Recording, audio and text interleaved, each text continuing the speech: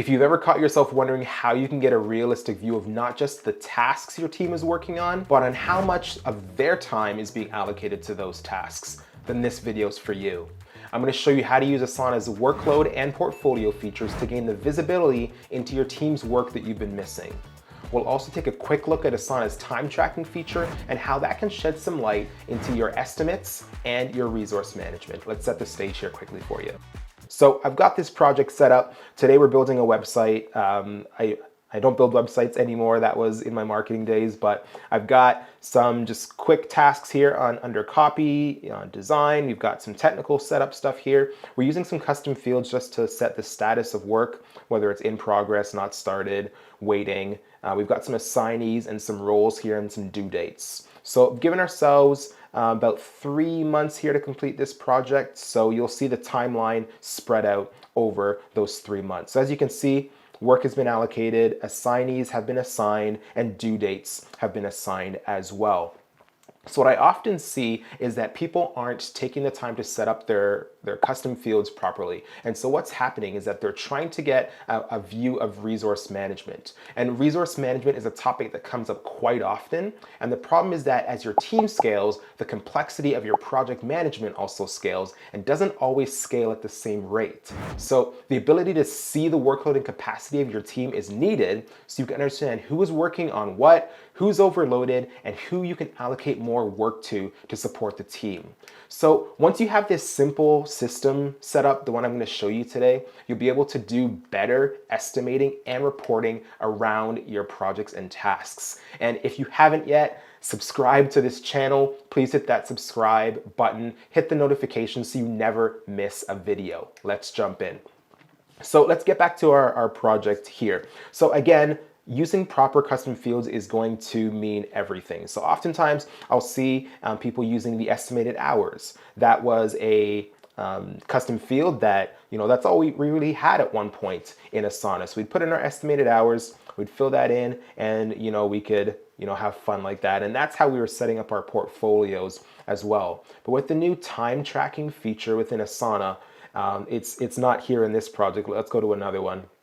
And we need to add that too. Asana is begging you to use this new feature. They want you to add this custom field. So when you click on this, if you haven't seen it yet, it's automatically going to add this new estimated time and actual time custom fields to your projects. And you'll see that in the portfolio as well. It's also begging you to use these features. And so if we get back here, I'm just going to fill in some of this information really quick. So I'm actually going to get rid of this old custom field because we don't need it anymore. I'm just going to remove it from the projects. And now I'm just going to fill in some estimated time here. So it's going to take us 2 hours, 4 hours.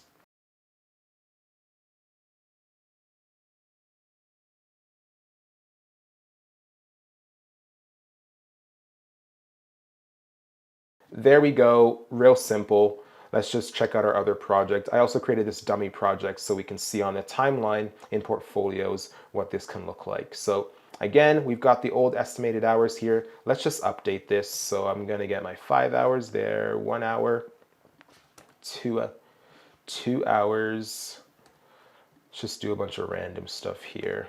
Let's make these all 1 hour for the sake of time. Not 1 minute. There we go. So we've got some time.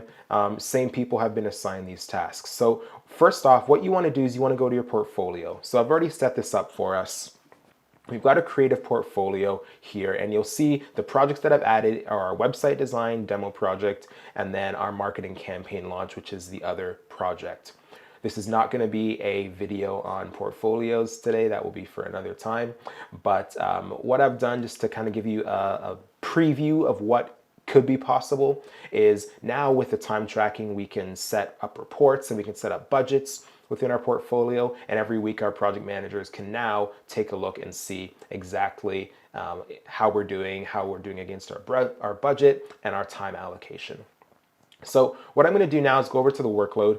And as we can see, this is typically what it looks like. We're viewing either all tasks. So if you're using Workload for the first time, you're going to come in and it's going to default to your task count. So it's going to see that Amy, who's got 1 task on this day, daily capacity is 1 task because nothing's been set from an effort perspective. So if this is your first time, you're going to see task count there. It's important you set up your effort that you're going to be measuring this by.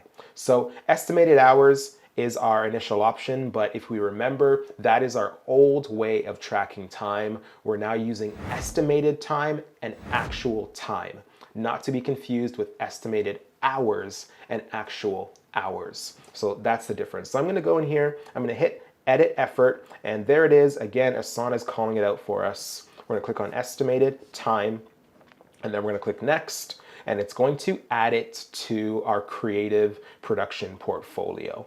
So I'm going to add that effort, and if you haven't already, what this will do is all of the projects within your portfolio will automatically add the estimated time and actual time to those projects within that. So let me know how we're doing so far. Leave me a comment and let me know. Have you set up your portfolios like this? Has this been a struggle for you? Would love to know what your experience has been with portfolios so far.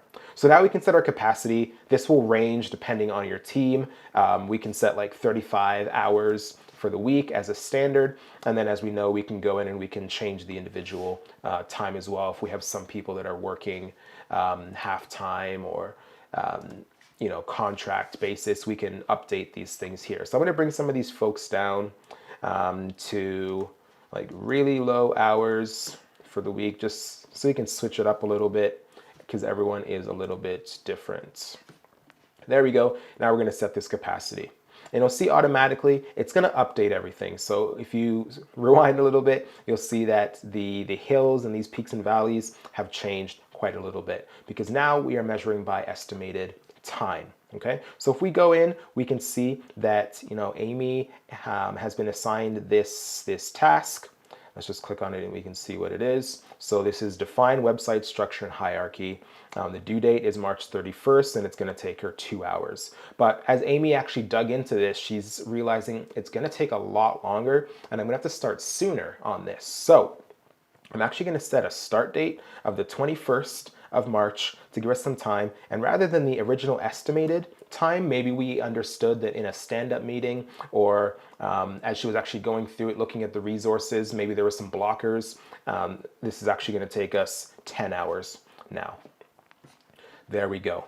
And what's nice about the time tracking, as I'm just kind of going back and forth here, is Amy can actually start this timer now as she's working on this, and every time that she comes back to the task, she can restart that timer. So it's going to be less than a minute here. It's not actually going to track anything. So I'm going to add the actual time, and let's just say Amy worked on this for 2 hours.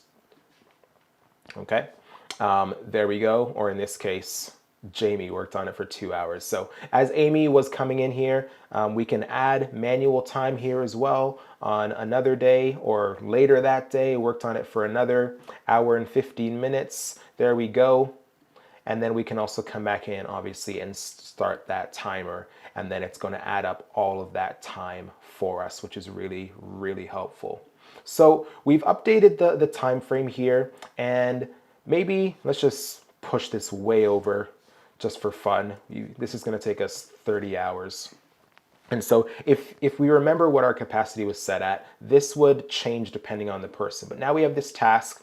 Amy's daily capacity is 7 hours, and in the day, this task is going to take her 3 hours and 20 minutes, which is fine right now because she's under capacity. She can do that. But what if we start adding more tasks to Amy's plate? What if we take all this work that's been assigned to Charlotte and we start adding it all up into this one section? So we're going to take this website launch, all this information, and we're going to move it right up here. Who else can we take? We can take from Jamie maybe. And this would never happen because they are different roles, but we can obviously take all this information and now we can move it around. And so as you're updating these things, let's see, there we go, update them. But now let's move them back in time. Let's move this one over here. We're going to see what's going to start to happen. And obviously, there's no way Amy can take care of all this work. Now Amy's daily capacity of 7 hasn't changed, but the workload for that day has changed. So now she's got 8 hours and 20 minutes of time that she's got to complete these tasks. And obviously that's not realistic for anyone. So this is really the power and the flexibility of Workload and Capacity, is now we can get a really good understanding of this. And project managers, we can do this from the portfolio level. Some people may find it easier to do it at the project level. If you don't say have access to the portfolio, you can make all those updates and changes right here. So let's take it a step further. We've got all this information in here now. We can see that realistic view. This was the original timeline that I showed. We can see the projects are a little bit overlapping, but now let's dig into the dashboard. Okay, so by default, Portfolios is going to bring in all of your total tasks, the completed tasks, incomplete, overdue, and give you some nice graphs here, which can be updated and edited as you needed.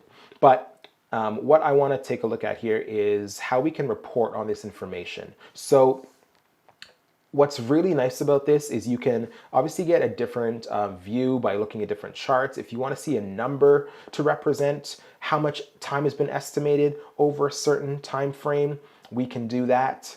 I like the column in this case because what I want to see is the estimated time by assignee. So we can see that Amy's got, a day and 3 hours of work. And so if we're looking at this, not over the course of 3 months, but over the course of, the next week, we can see, all right, Amy's got 17 hours of work to do this week, right? So Amy's pretty much at capacity. We obviously have to balance her time a little bit more as we saw on the workload chart, but this gives us a really, really nice view into what's happening. So let's go back to our 3 months. So now we can see that this associate's got 9 hours, this associate's got 8 hours over this time. And as these change, project managers, you can come in and you can put on whatever you want to. So on the x-axis, I made the assignee what I'm looking at here, but we can really do anything. We can make it be the creator. We can pull it in by project. We can look at task status. Now we can look at the completion status, and we can obviously update the time period of that. It's super important that when you are setting this up, let's actually go and do that. So I'm going to add a chart here, and I'm going to make it a column. Again, we're going to set up our x-axis as assignee, or you can keep it as project. It's totally up to you. We can set the custom field to whatever we want. Just depends on what we're really looking at here.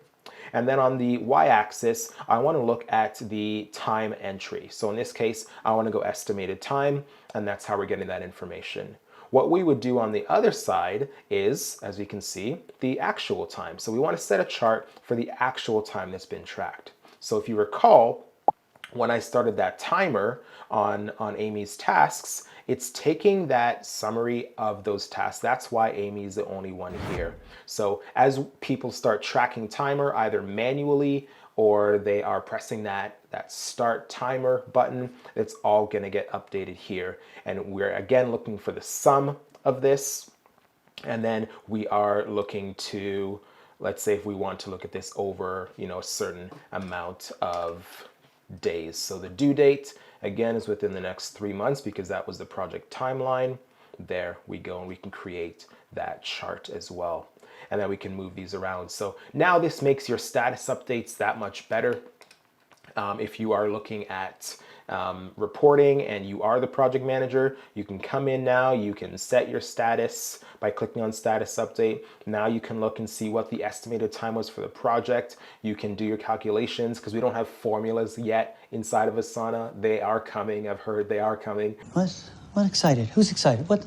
And now we can see how we're doing against our budget. So we have our hourlies, we have our actuals, and now we can actually set the budget to see if we're on track and whatnot. So hope you found this helpful. Like this video, leave me a comment. Let me know if this was helpful. If you have a question specific to your use case, I'm happy to help them. And I've actually created a space where we can do that. We can ask questions, we can be in community. So to learn more about how Asana can better work for you, join what we're calling the System Builder Academy. It's a community we've created on Circle where you can take, or I'm taking your questions and I can provide you with additional learning resources. We're doing weekly office hours. There are courses on there, exclusive content, and lots more. So if you're loving the content you're seeing here, if you've been a longtime subscriber, thank you so much. We are taking the conversation into a place where we can just talk more about Asana, learn, and share. And my goal is really to teach you everything that I know about Asana and answer your questions. So head over to systembuilderacademy.com